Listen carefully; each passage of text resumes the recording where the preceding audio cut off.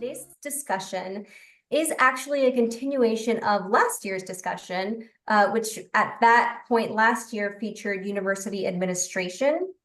And so if you would like to go back and see that discussion that happened last year, you can find it on our YouTube channel. So my name is Marisha Lopez. I am the program manager for Justice, Equity, Diversity, and Inclusion in the College of Arts and Sciences. And I want to first read our land acknowledgement and share a few resources with you all before we get underway here. We invite you to take a moment to reflect on your relationship to this land of Boulder and relationship to local Indigenous communities as we are guided by the university's land acknowledgement. The University of Colorado Boulder honors and recognizes the many contributions of Indigenous peoples in our state and in stewardship to land before the establishment of the state into this present moment. CU Boulder humbly acknowledges that it is located on the traditional and current homelands of the Cheyenne, Arapaho, Ute, and many other Native nations and communities. The violent forced removal of Native people from these territories has caused devastating and lasting impacts. These histories have brought us to the present moment wherein the University of Colorado Boulder is determined to commit to improving and enhancing relationships with Indigenous communities and issues locally and globally. We will do this by recognizing and amplifying the voices of Indigenous CU Boulder students, staff, and faculty, educating, conducting research, supporting student success, and integrating Indigenous knowledge, and lastly, consulting, engaging, and working collaboratively with Native communities. And I just wanted to plug really quickly, one of the links that Patricia will put in the chat is for a powwow that's happening on Saturday, the 28th. It's the first powwow that CU Boulder has hosted in over 20 years. We are co-sponsors, we'll be there tabling. So please, if you're free, come out and enjoy that. And now I will pass it over to Patricia. Thank you so much, Marisha. Thank you everyone so much for being here.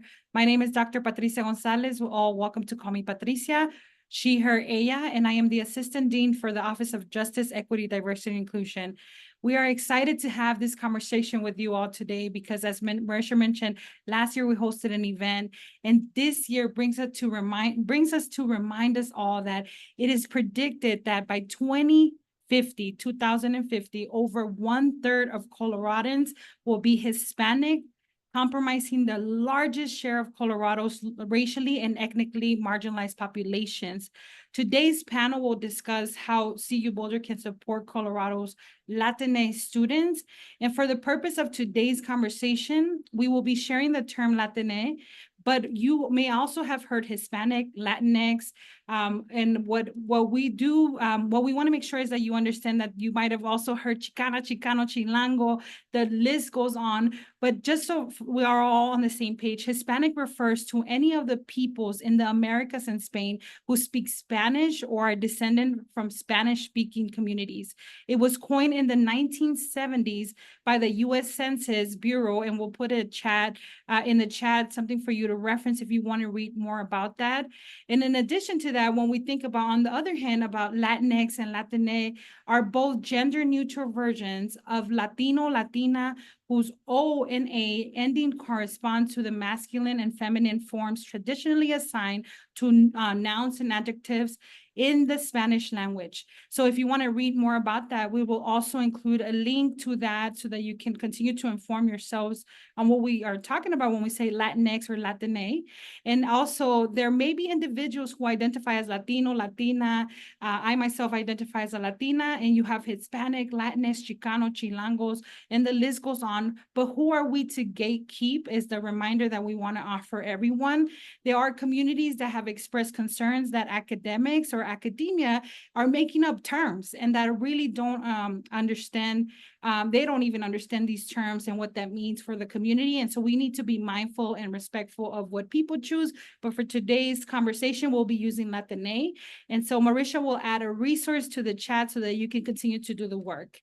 And for today's panel, I have the pleasure of introducing you all to Dean John Michael Rivera, who is a professor of English and Humanities and the former director for the program for writing and rhetoric at the University of Colorado Boulder. His book, The Emergence of Mexican American, won the Thomas J. Leon Best Book Award. His second book, On Documents, recently won the Caden Award and Pope Award. His edited, introduced and translated 2 books for the recovering of the U.S. Hispanic Literary Heritage Project, and has published widely in scholarship, essays, memoir, creative notification of poetry. He was the curator of El Laboratorio, a literary space for Latinx writers, and co-creator of Cross Borders, and an international collective of writers and artists engaging in borders. He teaches creative notification, writing studies, Latinx studies, 19th century American literature and culture, and documentary studies. And today, John Michael Rivera serves as our Dean for Division of Arts and Humanities. So welcome, John Michael. Thank you for being here. I'm going to go ahead and pass it over to JM to introduce our panel. First, thank you so much. I'm John Michael Rivera. A lot of people call me JM. I go by he, him pronouns. I've been here for 24 years. So that's why my bio does that, because I've been here forever. So I love Colorado. I love my colleagues. I really love that everyone is here and being part of this incredible program. I really want to thank Marcia and Patricia for taking this on, being the leaders I feel in the college, as well as at the university, with questions of Latina, Latinx identity and cultural formations, and asking questions that we should be asking of the community, our administrators, asking of myself, and holding us accountable to how we're going to be building, supporting our Latinx students as we move forward. I want to begin. What I'm going to do something a little different here, if that's okay. Forgive me for taking a pivot here. I'm going to tell you who the panelists are, but I'm going to let them speak for themselves of who they are and how they want to introduce themselves to you, and versus me speak for them. I do want to say that I'm really excited about having Dr. Arturo Aldama here, who I've known for a very long time, associate professor of ethnic studies. We also have Dr. Ascanuela, who actually was my graduate student and a brilliant PhD student. Jacqueline Mora Manso, a PhD student in ethnic studies, and Dr. Gabriela Rios, assistant professor at Program for Writing and Rhetoric, a brilliant scholar of Chicano indigenous immigrant rhetorics. So if I can please go around back to that order, if you can just introduce yourself to the group, that'd be wonderful. Arturo? Hola, buenas tardes. Thanks so much, Dean Rivera, JM, Patricia, Gonzalez, all of you for organizing this panel. I hope this is the beginning. This is a continuation of pláticas that I think this university needs to take on a regular basis to really determine what our kind of educational mission is, as we're trying to serve the needs of our of the state in which this university inhabits, in which case the Latino Latinx community. I'm Arturo Aldama. I was the chair of the Department of Ethnic Studies for 6 years. I just stepped down in July. My gray hairs will probably never, will always be here as a result, but it was a great experience. And I actually, there's someone on the call here, Dr. Maes. We're beginning to start to work on a book project that's going to be looking at kind of, the kind of educational struggles, resilience, alternative sites of pedagogy, the school of prison pipeline, just kind of what's going on with our Latinx youth in terms of the struggles of educational empowerment and pathways to higher education and so on and so forth. So anyway, I'm excited to be part of this conversation. Gracias. We're honored to have you here, Aldama. Thank you. Andrew. Hello, everyone. I am Andrew Escanuela. With an Enye, we lost it over time. My academic experience is rooted in the Southwest. I grew up in California, went to high school in Arizona, did my undergraduate study in northern New Mexico, and then came here to Colorado to complete my PhD program. I just graduated with a PhD in literature from the Department of English here at CU Boulder. My research is interested in the intersection of the laboring body, rhetoric, and Latine culture. It is a pleasure to be here, and a million thanks for the invitation. Dr. Jacqueline Manso. Hi, everyone. I'm Jacqueline. I use she, her pronouns, and I'm a PhD candidate in the Critical Ethnic Studies department. And my research focuses on how we can create spaces of healing for our youth, especially our system impacted youth. And I also sort of talk about or research the history of carcerality and how we can possibly move forward. So thank you. And I'm excited to be here with you all today. Thank you. Thank you so much for being here. Dr. Rios. Hi, I'm Dr. Gabriela or Gabby Rios. I'm from South Texas. I did most of my work there in Kingsville, the Kingsville area where Selena's from. I focused on indigeneity and anti-colonial and decolonial frameworks for how people continue and resist colonization and Chicanx indigenities. And I'm excited to be here today. Oh, I use she, her, pronouns, sorry.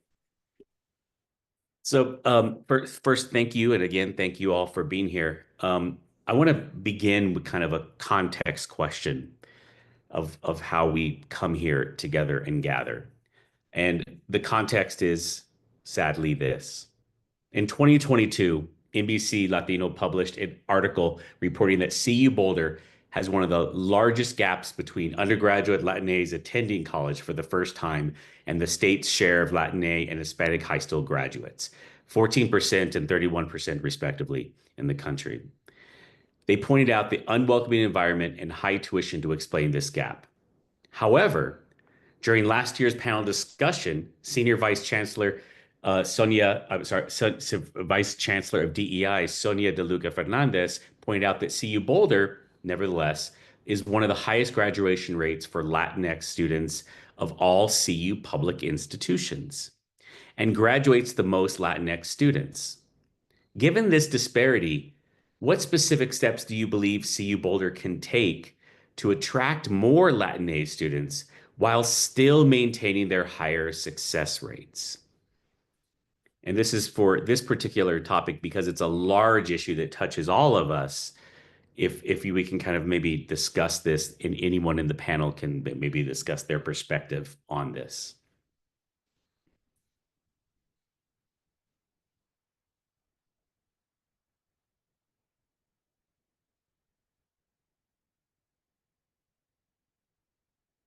Well, I can. I don't want to come into it. I mean, I do understand that the success rates are strong in the sense that we have students here, so they do very well and retain, but the disparity between 14 and 31% is so large that in many ways it doesn't really bespeak kind of a reconciliation to it, right? I think one of the things that CU Boulder has to do a better job at, one of the things that I have to do a better job at, is finding ways that we are working with not only high schools, but middle schools, where there are large numbers of Latinx students, young students, because we know historically in Colorado and in the nation, interestingly enough, eighth graders, and more so eighth grade males, really lose interest in actually going to college at that year. Not actually freshman, sophomore, and senior year. It's actually eighth grade. That real gap between middle school and high school, and then how they're pipelined into certain college prep classes and starting that discussion and mentorship where CU Boulder is really working with these students and figuring out how do we work with school districts to really identify and reach out to Latinx students to say, not only is CU Boulder a place for you, but that we can actually move forward to help support them as we go, and therefore creating partnerships with teachers and principals, not administrators, teachers and principals and students.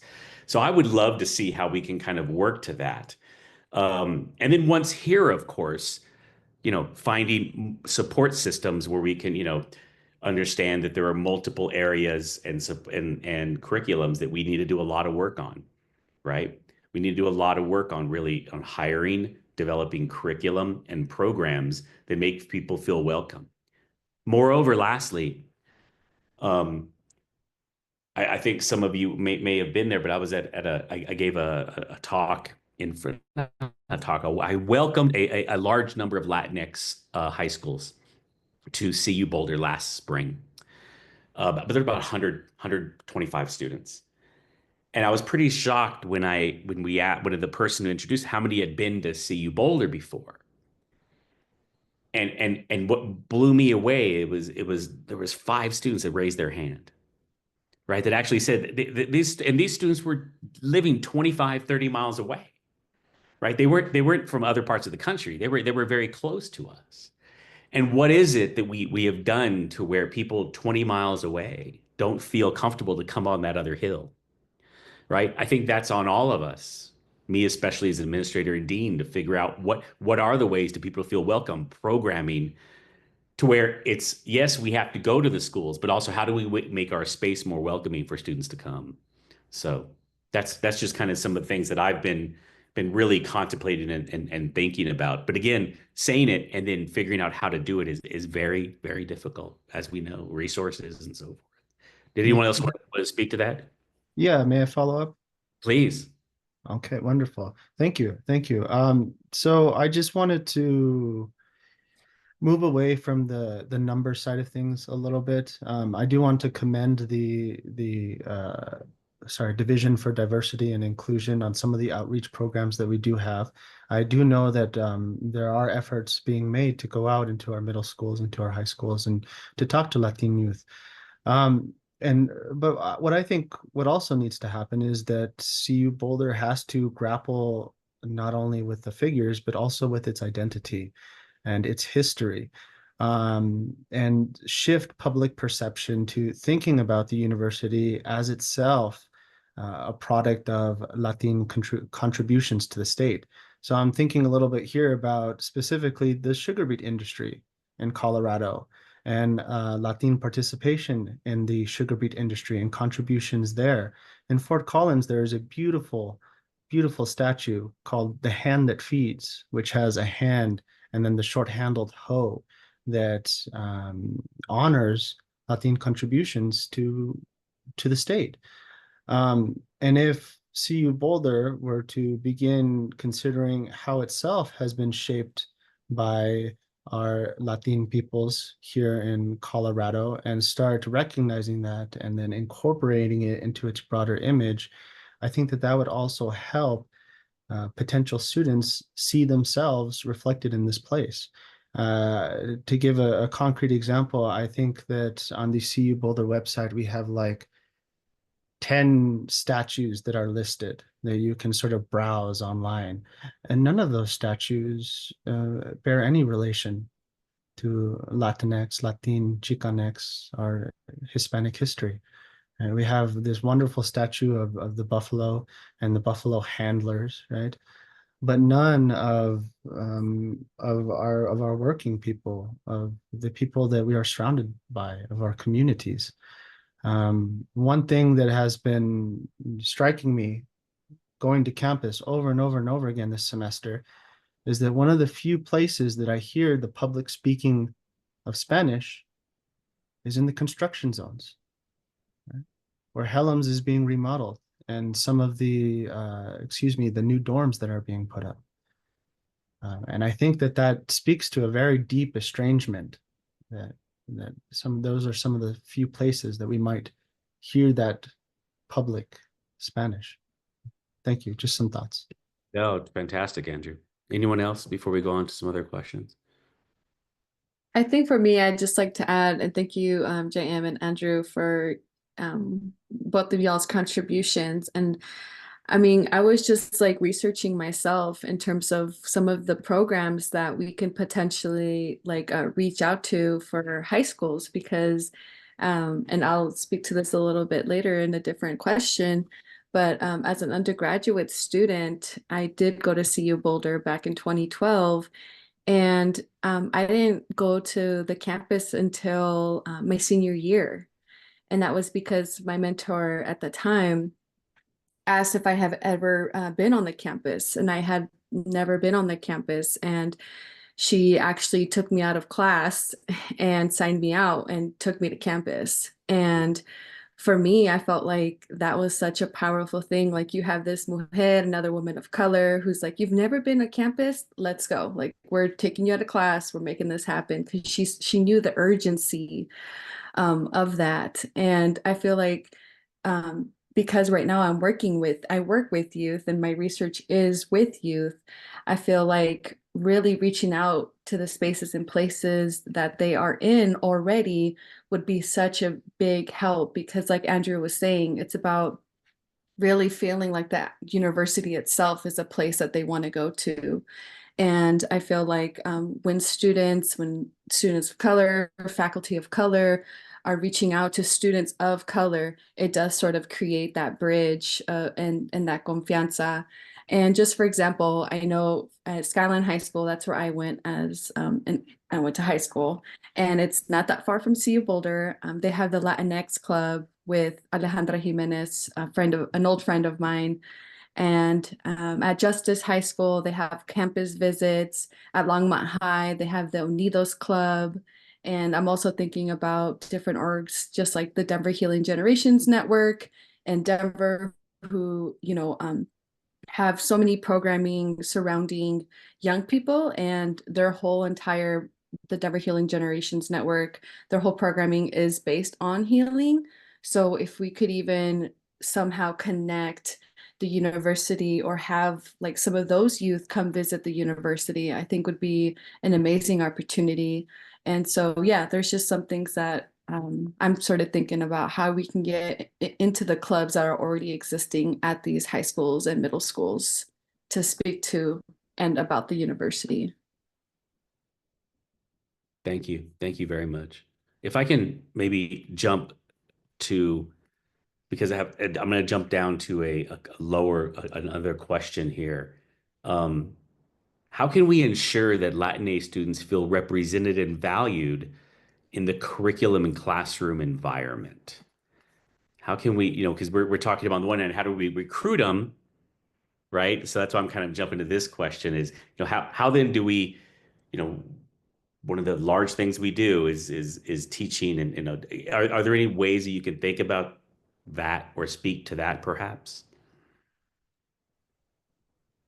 Yeah, I could chime in, and thanks for all these powerful insights. To address the kind of first question, and then I'll tunnel into the issues, like the kind of more granular issues about curriculum and, just having, interest among students and so on and so forth.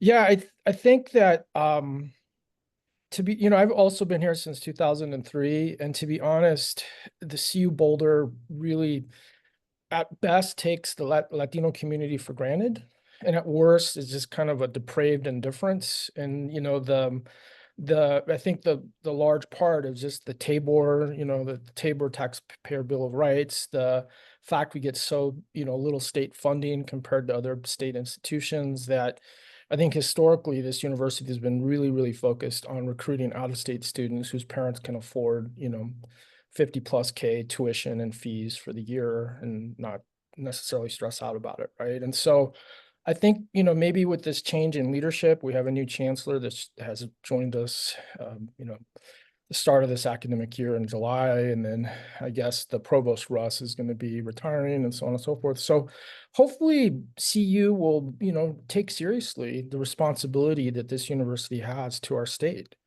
and to the community, to the members of our state, right? And so, I'll talk more about different ways I think CU can do this, and then not necessarily too dramatic of a way, frankly. But back to the curriculum question, yeah, I think that, students who aren't just an ethnic studies major and minor would love to have other Latinx faculty that they can be inspired by in whatever disciplines they're interested in, right? And, having those role models in the classroom, these faculty that you can kind of connect with and perhaps have a similar kinds of stories of, perhaps these faculty are also first generation, like many of the Latino students on this campus are. And then having that kind of mentoring, empowering relationship, I think could be really, really, really, really useful to continue to increase the retention rates of Latino students. I mean, one of the big heartbreaking things that I feel every single year at the start of the fall semester is there's so many talented, super smart, creative, first gen, Latino, Latinx identified students who come to campus, and a lot leave, in the first year. And it isn't because they're not driven or smart or creative and willing to do the work and roll their sleeves up and so on and so forth. It's just that they don't feel a sense of connection. They don't feel a sense of community. And it's just a really hostile experience for a lot of the students. And so part of, I think, of investing in the success for Latinx students, but to be honest, for all BIPOC students, is really where are safe spaces for students to go and gather and form community and not feel like you're being surveyed. An honor student who got a full ride to Anschutz doing public health work did this phenomenal, really large data honors thesis, but we're actually helping her publish it. And it was basically, she interviewed almost like 100 Latinx identified students, right? From all colleges, disciplines, majors, and minors. And one of the big things that kept coming up was this constant feeling of being surveyed and this constant made to feel that you're not good enough, that you're, that you really don't deserve to be here. So just not feeling a sense of belonging, right? And then the other huge thing that emerged was just microaggressions, the constant kinds of microaggressions from other students and in some cases faculty and staff, right? So again, all of these things then kind of continue to make you feel like, well, why, do I belong, et cetera, et cetera. So I think, hiring faculty that can teach content, that can create community with students in whatever disciplines. I mean, I could start listing departments that it's kind of shocking that they don't have anyone doing kind of Latinx studies, frankly, but I won't at this particular stage, but I can, right? But there's just so many, disciplines and departments on this campus that should have Latino focused faculty doing Latino focused research, and they're not here, right? And so, yeah, I always get the sense that CU Boulder doesn't see itself as, or doesn't understand what it means to be in the Southwest, doesn't understand the history of the US-Mexico War, the treaties, all of that stuff's on my brain because I got to go lecture at 2 today on the US-Mexico War. So it's kind of on my brain right now, but, and it's kind of impacts, right? And the treaty impacts and stuff like that. So, yeah, so that's, I could keep going on, but I don't want to hog the time. Anyone else want to speak to the curricular or communal aspects of this? Dr. Rios? I kind of wanted to build also on what Andrew said and Jacqueline in terms of like how the university represents itself and then healing. I feel like I'm newish here. I'm in my 4th year, or I just finished my 4th year here. But I knew the history of Colorado before coming here, and I was especially like not excited is a weird word, but I think the history of CU Boulder, for example, was an important reason that for me, to want to be here. But I've been surprised about how many students, specifically Latina or Mexican American or Chicana students, don't actually know that history, even though they're from here.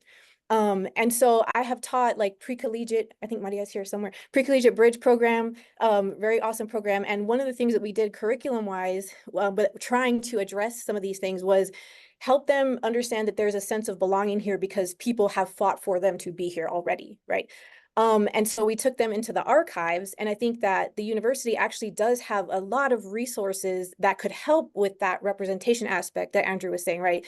We took them into the archives, and not only were they able to see the original documents of some of that stuff, but they were also able to see the student newspapers, that it was students, right, who had fought and have shaped then what the university looks like in terms of what it offers now with ethnic studies and right, that they've fought for that.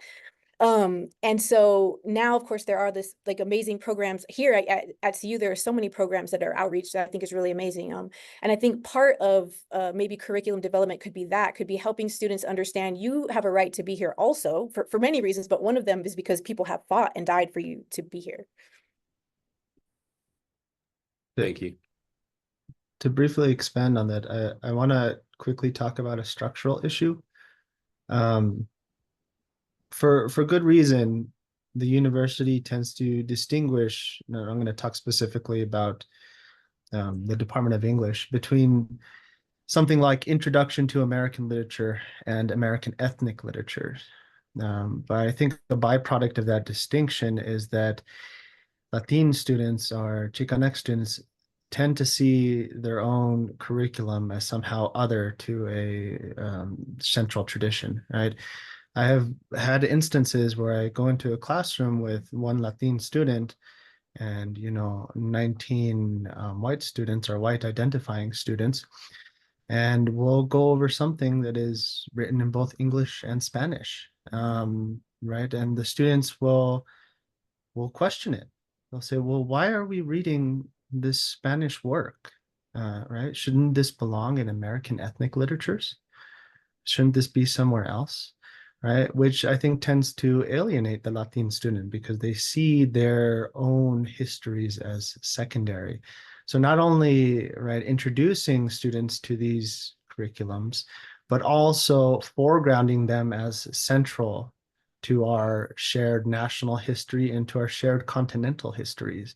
And again, it's difficult to address these sort of structural distinctions. But I think that we have to be cognizant of some of their effects, right? What does it mean that we have an American ethnic literature course where all Chicanx history is relegated to or siloed in? Yeah, thank you. And especially when we find out that the printing press was here before it was in New England, right? You're like, oh, guess what? There were more newspapers in what is now the southwestern United States than there were in New England as well, right? In Spanish, though, and that is, that's and I think a number of our faculty are starting to teach that. The Recovery Project is part of that.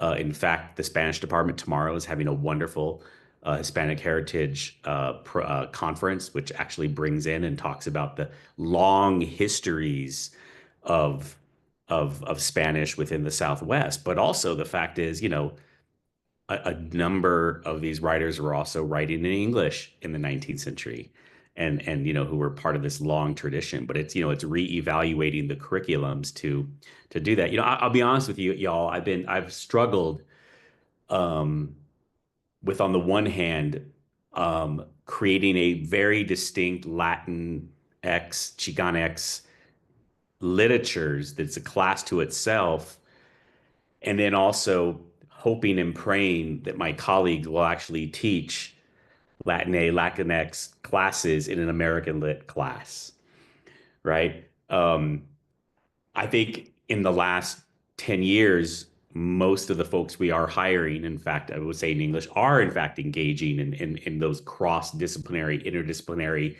multilingual discussions that occur within American literature. That, American literature is about contestation and the power, especially English, the power and the rise of English as the language of the United States. So therefore, we kind of look at that as how we think about the study of English literature versus, what is first and so forth, or why should we teach certain things. And then on the other hand, though, recognizing that, I just said the printing press has been, in New Mexico and in the Southwest for, hundreds and hundreds of years.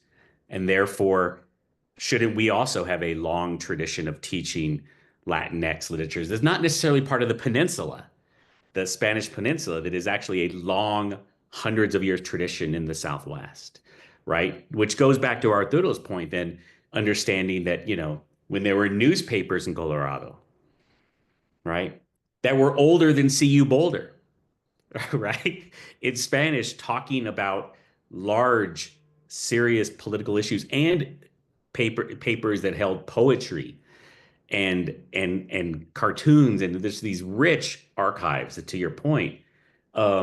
But CU Boulder somehow doesn't want to recognize this long history that, you know, before they were here, and of course the indigenous past has absolutely been erased, as we know. All to say, you know, this let's say obfuscation, this making invisible Latinx populations, not only in Colorado, by the way, the term the invisible population or the invisible giant, the sleeping giant, all of these terms that have been created for Latinx in political science and in various sociological contexts, the invisibility of Latinx within the United States is large, but the irony is Bad Bunny sells out more than Taylor Swift. It's happening, right? So, you know, that's the larger question is, you know, you have a very large population that has a very strong, rich cultural tradition. How do we start moving CU Boulder to recognizing this? To Patricia's very important point, Colorado, even by 2040, is going to be drastically different, especially between 18 and 24-year-olds. Right? So which comes back to one of the important questions that I think Maricia set up for us is there have been conversations surrounding CU Boulder becoming an Hispanic serving institution in the future. Note that the schools 20 miles away from us already are. So let's be clear with that, right? But the flagship university is not. In order to be eligible or certified as an HSI designation, an institute's undergraduate enrollment must be at least 25% Hispanic and demonstrate a high concentration of students who are eligible for Pell Grants as outlined in the Higher Education Act. Note that that's still going to be dramatically lower than the state's population. Let me be clear. Just that number alone is still lower, okay?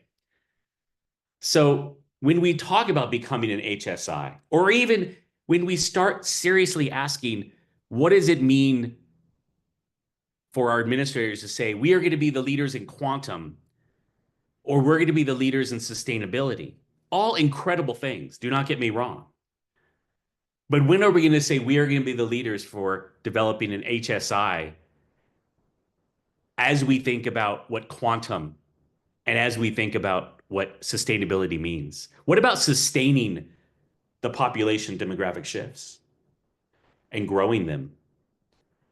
Any ways to kind of think about what is it we can start doing and pressuring folks like me, who are deans, who, you know, are in the rooms for these folks, right? With these folks who are making these decisions, where we finally say enough, and we really need to work towards this goal, not because of just getting the numbers, but because we know HSI universities actually serve everyone better who goes to them, because of the support systems and understanding not only the rich traditions of the particular state, but also understanding the support systems and mental systems, and educational systems also support all folks that are at a university. Forgive my ramblings.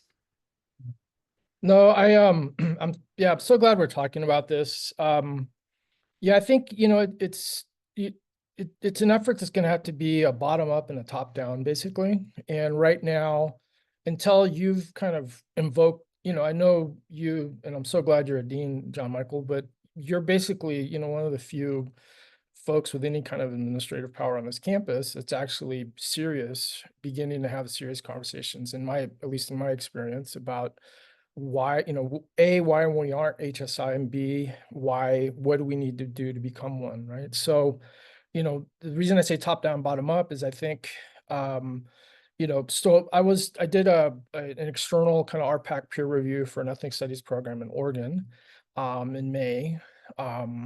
Anyway, the whole point of this is that the University of Oregon, their flagship university, is slowly but surely moving to HSI, and the provost is taking it seriously. So the provost has formed a task force with key faculty on campus. Because the whole thing, there's, and I have another friend who's a pretty high-ranking administrator in a university that has recently or in the last few years, gotten HSI status. So the numbers are there, but everything else is not. So it's not a positive experience for students. A lot of the faculty are really resentful, frankly, having all these brown kids in the classroom and just have all these negative stereotypes about our community that we're all, academically deficient, just these kind of pathological ways in which higher education has traditionally seen our community, that we're, at best, there to do hard labor. And I'm not dissing that. My mom and grandma used to clean houses for a living, right? I assumed I was going to be a mechanic or construction person growing up, or go to prison, basically. So, those are the kind of two options that I had growing up, basically, right? So I'm not dissing service work, but there's this kind of attitude or this, viewpoint of seeing our community in very negative ways. And of course, with the current presidential campaigns, a lot of what, Trump runs on is the literal demonization of migrants, and the horrific things they're doing to demonize the Haitian community. It's just disgusting and outrageous. The community in Ohio just is feeling so freaked out. They're basically are afraid to leave the home, right? The neo-Nazi marches, all this kind of stuff. And so anyway, so to get HSI, I think, a committee needs to be formed, and it needs to be done well. So it isn't just about numbers. And so the person that I know that's been really frustrated is, constantly intervening on behalf of students who are saying this faculty being really racist. It says these really negative things about my community. I'm afraid to speak up, yada, yada. And so, there's this whole effort to create ways in which students feel a sense of community and a sense of trust, right? And a large part is also how to work with parents and family members. I mean, I'm sure all of us, at least as faculty, have seen this, where, if we talk to people in the community and they're like, I love this, yeah, it might be cool to send my kid there. She's really smart, or he's really smart. However, I'm worried about their safety, right? Because of the history of hate crimes and hostility and just feeling disrespected and treated as second-class citizens, right? And so I think the university could easily, create safe spaces for the Latino kids, but for all BIPOC and all first-generation kids. And there's some great programs on this campus.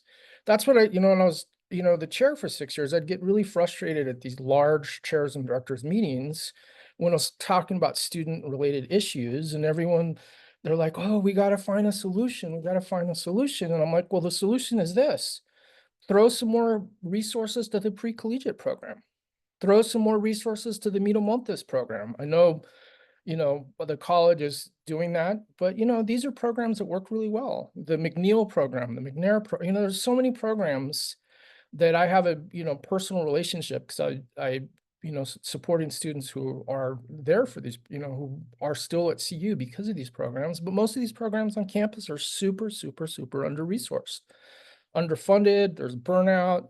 The salaries are not great. And there's just it seems to be kind of a lack of political will at kind of upper admin levels to invest in these programs, or the constant kind of finger pointing. Oh, well, that's, the college. No, the college, all this kind of stuff. And yet, ultimately, who suffers in a sense are the students. CSU up the road is, I don't know what they're doing, but they're doing a good job, in terms of creating welcoming spaces for students, right? And why isn't CU doing that?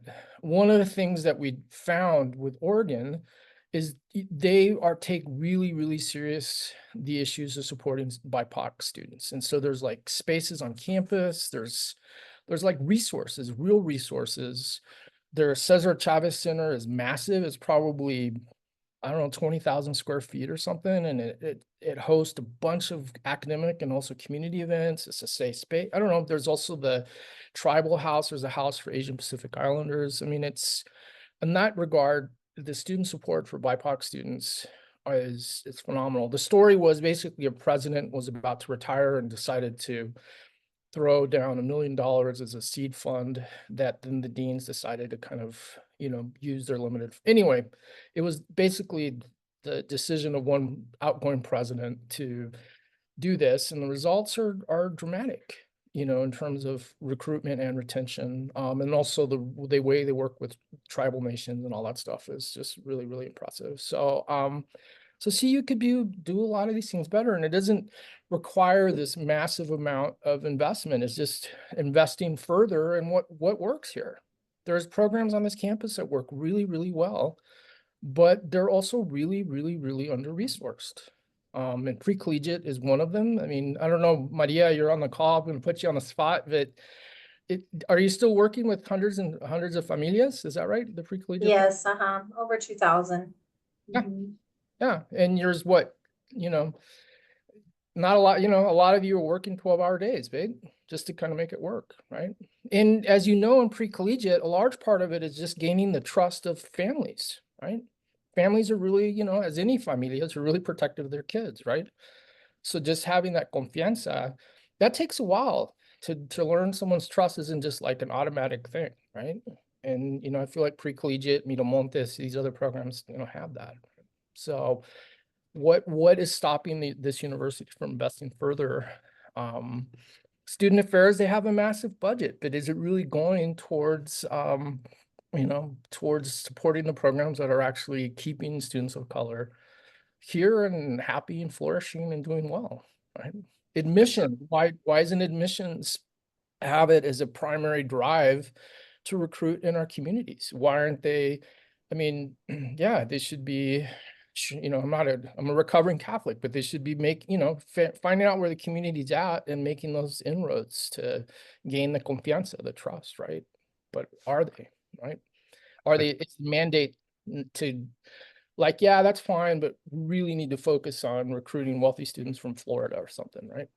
Yeah. So, I appreciate that. And especially, I mean, what's interesting is that Oregon has nearly half the population of Hispanic identified census than Colorado does. And yet they are Willamette University, Oregon, Reed, really understanding what's happening.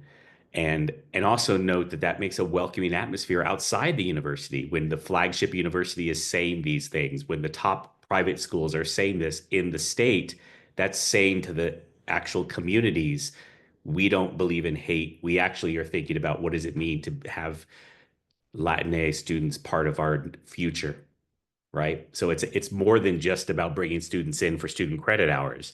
It's about changing how we think about Latinx students and young people in the very state that they live and being attached to those particular communities. We only have a little bit of time. I want to open this up if I can. Either Gabby or Jacqueline would like to speak to some of these topics, but also to give it to Patricia to ask any questions from the audience. And forgive us if we've gone over a little bit on this. As you can see, we're all incredibly passionate. Everyone here has done some amazing work individually. I think everyone here has actually taught in and been a part of Merimontes program. I've taught it. Everyone's done that work. In fact, Andrew and I co-taught a class together, and it was amazing. So yeah, and Gabby right now is working as well. So anyways, I so value the Merimontes program and the pre-collegiate scholars program who are ready. And I want to be very, very, very clear on this. They are doing the best they can with the resources they have. And I'm very, very aware of that. What I think what we're saying is resource them more and help them build all the great ideas they have. That's what I, you know, we don't have to completely rebuild the nation here, right?